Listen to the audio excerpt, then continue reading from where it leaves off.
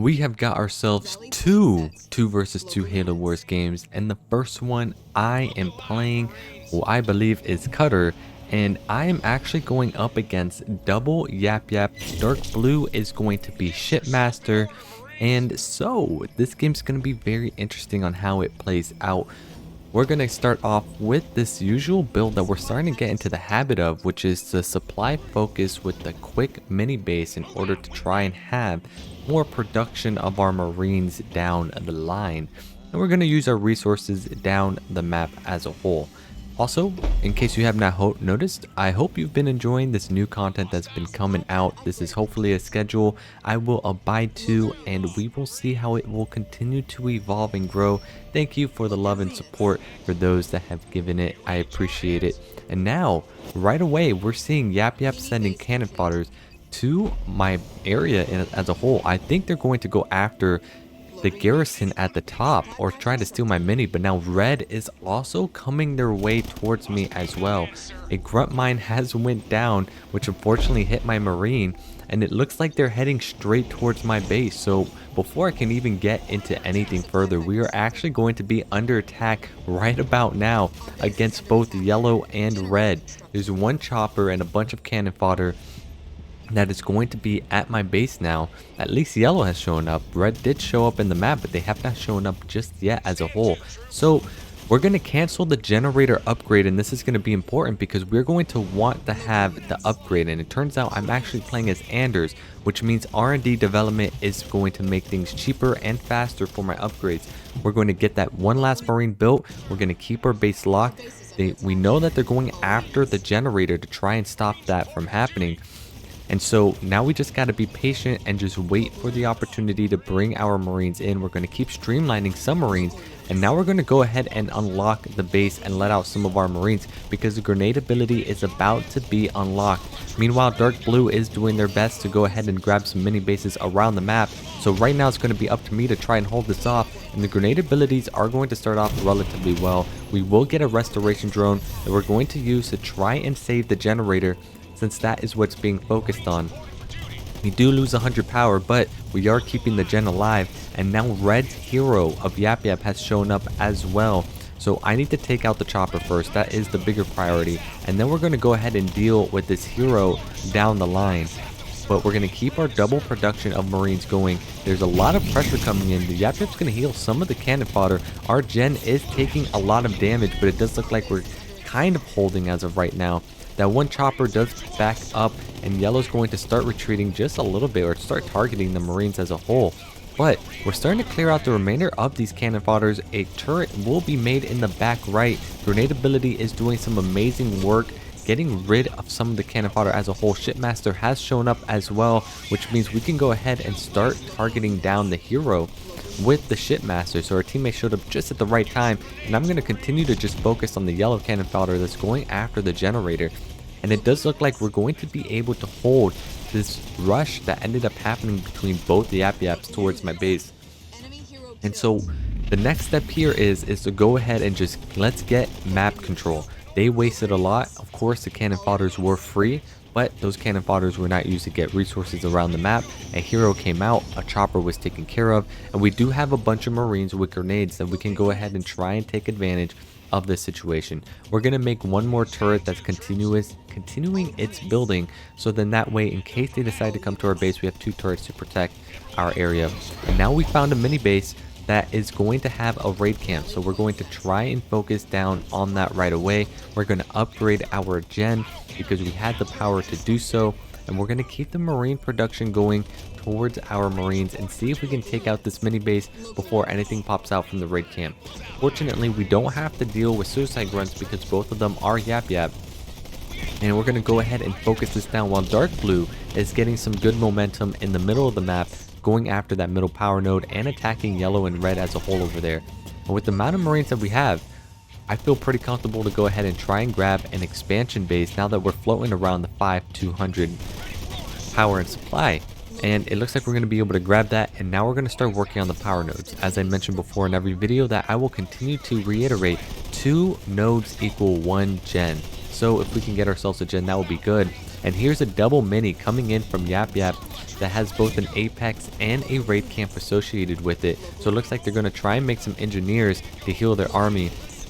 And so I'm going to need to be careful with this engagement to make sure I don't put myself in a situation that's going to be rough. We do have Sentinel Swarm that we're going to go ahead and use. And it does look like methane wagons there, as well as just a bunch of engineers as well. So we're going to try and retreat just a little bit to make sure we're not in a tough situation. But we're now going to go in with our Marines in the restoration drone. Friendly cleansing beam is coming down from the shipmaster, and it's doing a lot of damage on the cannon fodder. So my moves are being used to go ahead and save some of Red's cannon fodder, but we are trying to focus down on the hero to get rid of them. One of them is just still alive, just barely, uses the Y move. So this is going to be my cue to go ahead and start falling back just a little bit while we go ahead and just work on our production. But because of this, Dark Blue is actually building up an army to go ahead and hit Light Blue's base. And because we're distracting both Red and Yellow, this is going to give Dark Blue the perfect opportunity to go ahead and hit Yellow's base while I go ahead and start retreating. I distracted them long enough so then that way we have the counterattack coming in from Dark Blue. And it looks like it's going to be successful so far because they started falling back, which actually gave me my cue to go ahead and press this issue forward. As you can see, there's a bunch of grunts that have shown up. Shipmaster's also doing a magnificent job as well, focusing down on the buildings. And so I'm going to go back to focusing down on the double mini base in order to go ahead and take that out and ruin their production. And because of that, Yellow actually ends up losing their main base. Because of that, they end up self-destructing, and so this game will be coming to a close soon with another engagement that's going to be happening between Dark Blue, Yellow, and Red. But we're going to go ahead and focus on me getting rid of the Apex, whipping a bunch of grenades for some reason, while I go ahead and take that out so the engineers do not come out in order to provide the heals. So all in all, this was a very interesting game. I want to go ahead and show off that cleansing beam is coming down. Dark Blue is going to head over to Red, but at this point this game will be coming to a close soon. And it's very interesting how the fact that they chose to go ahead and rush right away. And if it wasn't for the fact that I had that mini base to produce the extra Marines, I actually would have been in a bit of trouble with that rush that they did early on, because I would not have had a good response to deal with the cannon fodder unless I went barracks as well to go ahead and make the Hellbringer. So as I get rid of the last mini, the game ends up coming to a close, so we'll be able to go ahead and check out the stats that we have associated with this game. Shout out to the 2 Yap Yap players. It was very challenging and stressful, but fortunately we were able to hold that off with 8 for 33 for efficiency, and Dark Blue coming in clutch, being a good teammate as well, so I appreciate that. We won the supply game and the generator game as well, and now we're going to start switching over to the next game. Now this next game is going to be also a very interesting game. It is a game in which, how would I put this? A very patient play, but then also knowing when to be aggressive at the same time. And so this is a map that we don't really see too often because of the fact that I play 3s more than anything. But as I said, I've been trying to play a more diverse game in general with 2s and 1s now.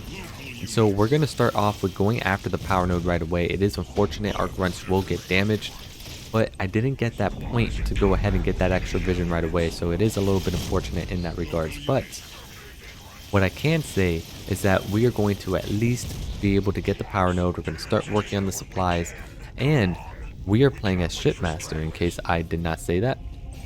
And we're going to do the classic triple supply with the 1 gen because, as I've mentioned it already this video, 2 power nodes equal 1 gen, and that helps really take you a long way. So right away, Light Blue goes after the double mini, which is 300 supply. It is quite the commitment. But we are going to continue our production of grunts, so then that way we can go ahead and pressure. Now, there's a couple things to keep in mind here. First off, if the enemy goes chopper, I'm kind of at a disadvantage because of the fact that I don't have shrapnel mines with our grunts. So that's going to be problem number 1. What's the answer to that? Go ahead and start making ghosts to try and deal with the choppers. 2, I'm going against a colony. The colony is going to be a little bit problematic. Sweet grab on that garrison, by the way. And that may become a problem down the line because he's a little bit more beefy to kill. So a hero will be necessary to go ahead and deal some good damage in that fight. And dark blue, I forgot exactly who they're playing as. I think it's Anders, but we'll find out as the game progresses. But we have enough grunts to go ahead and deal with the double mini. Skitterer has shown up though, which is going to be a little bit of problem. So we're going to have to micro a little bit more in order to make sure we try and keep our units as alive as possible. The Skitterer is doing a pretty good job in making sure that it's staying alive. And there goes the first chopper with Skitterer. Chopper goes in with a ram, gets rid of one of my grunts, but we do have additional grunts coming in, which is nice to see. But now there goes that ghost production that I am talking about. We did have also enough supply to get ourselves a second gen, which will be nice. So I need to start thinking about a second base down the line. For now, we will go ahead and get extraction. Extraction will go ahead and be grabbed. So then that way we can have a heal for our army and a fallback period for when we need it. So I have a second ghost queued up while we go ahead and focus down on this double mini. So far they made 150 and a 300 investment, which includes a total of 450 supply.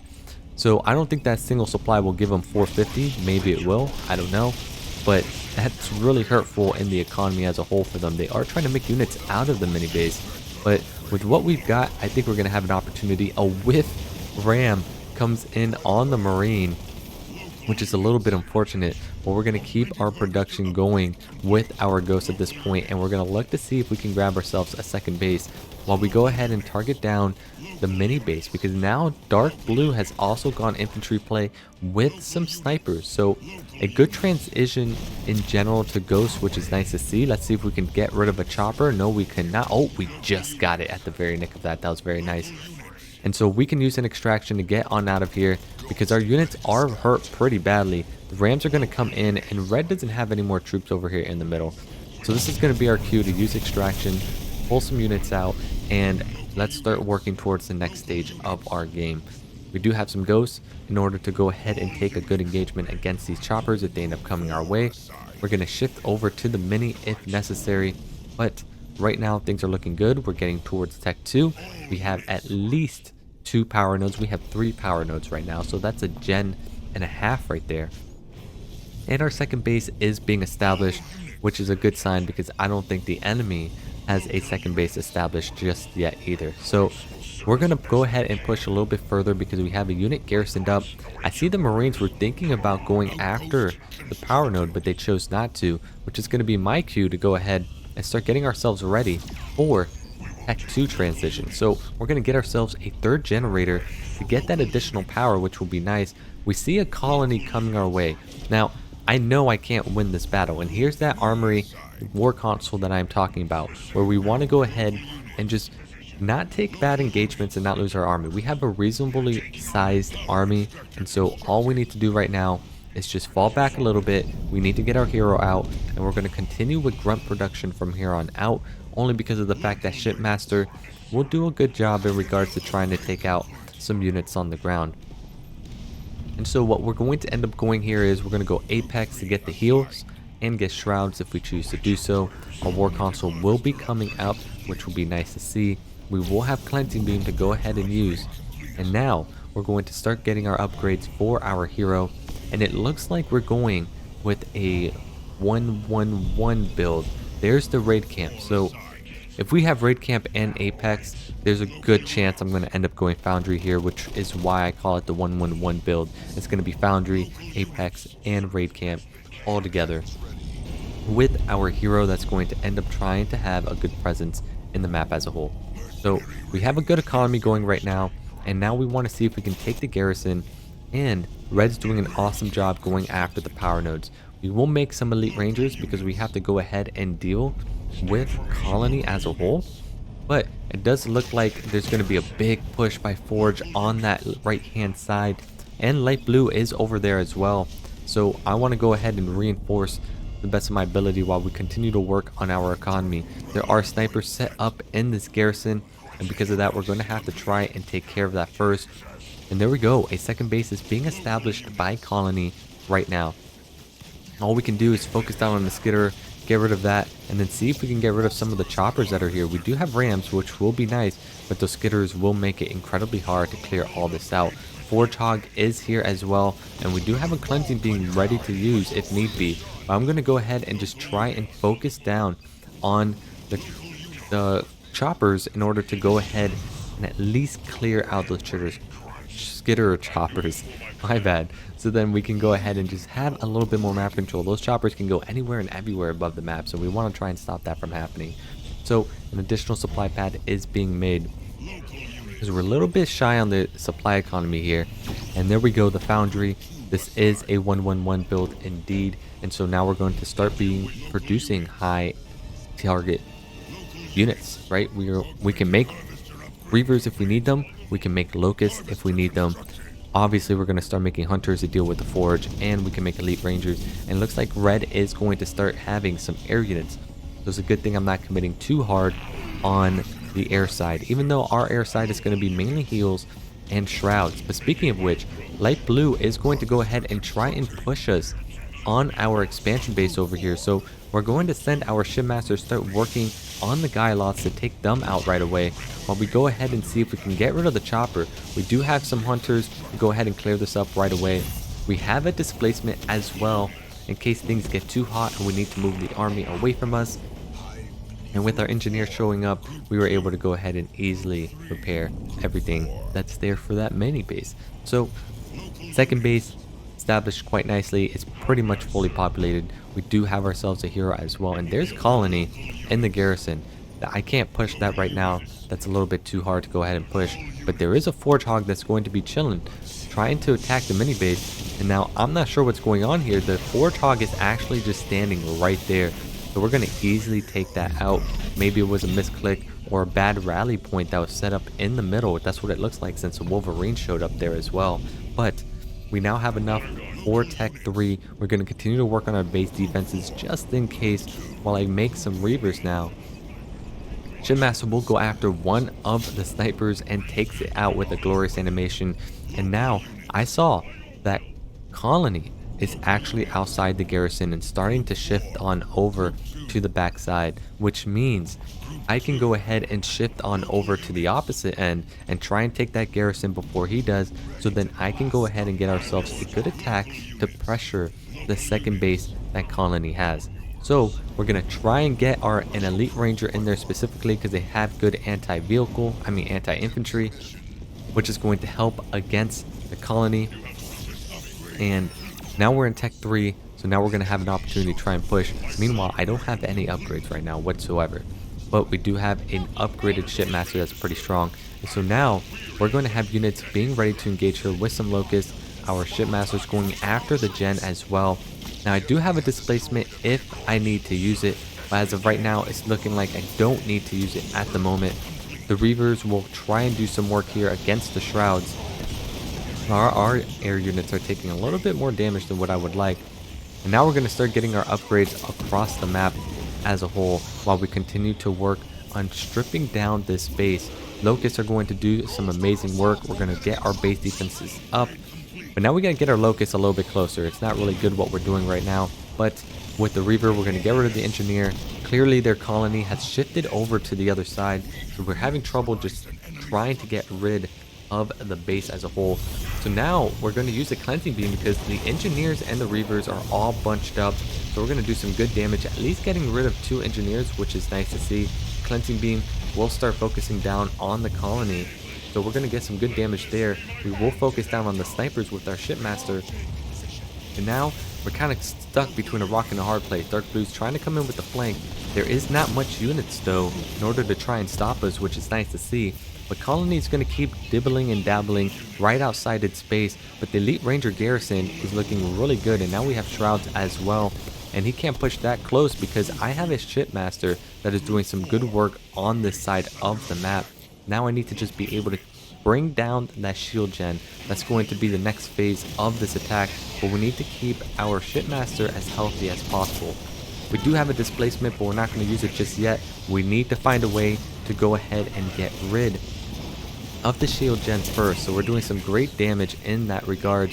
And now shipmaster is going to get displaced right onto the army. There isn't much that colony has over here. We're going to go ahead and focus it down right away, do the damage reduction with the engineer, and that colony is going to end up going down really fast while we now start towards blisterback production, and we can get rid of the reavers that are here as well. We will have spirit support in case we're ready to do a drop, because we have the ability to do so in case our population gets lower.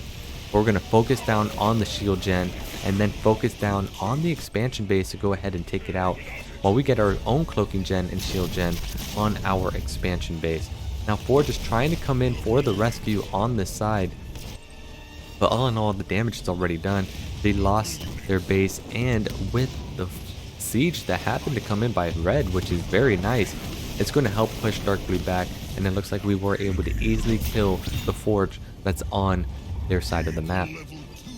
So we're at max population. We are floating a lot of supply. This is going to be our opportunity to try and put the nail in the coffin to go ahead and finish this game up. All we have to do is see if we can go ahead and attack the base, and it looks like we can. There is no shield gen as of right now, but as soon as I said that, shield gen ends up going up. But because of this, dark blue actually ends up self-destructing their base. It does look like that they are throwing in the white flag. Red is doing a magnificent job here, bringing in their hero to go ahead and assist towards this attack. The reavers are going to go after the air that we see over here, and now we just got to pull in the colony to go ahead and focus that down. And once we do, this game will be coming towards an end. And it looks like our teammate was Cutter using close air support to go ahead and get rid of the main base of light blue. So the base ends up going into shambles, and this game will be coming to an end. So if you've made it this far, thank you so much for watching. I really appreciate it. Nevertheless, I hope you've been enjoying this content in general and this new schedule I've been doing. Feel free to leave a like if you enjoyed the video and want to see more of this. Feel free to leave a comment what you think about the 2v2 matches. And most importantly, I hope you've been enjoying this Halo Wars 2 content. And now the victory screen has shown up, so let's take a quick look at the stats before we go ahead and give ourselves the adieu. So we pretty much dominated in every category as a whole, but shout out to the enemy. Like, I played patiently and it really worked out there, but they easily could have stomped on us in that middle game when they're attacking that mini base. So I thought this was a pretty interesting game to show, and I hope you enjoyed it. So with that being said, I hope you enjoy the rest of your day, evening, afternoon, and hour, and keep being awesome until the next commentary video.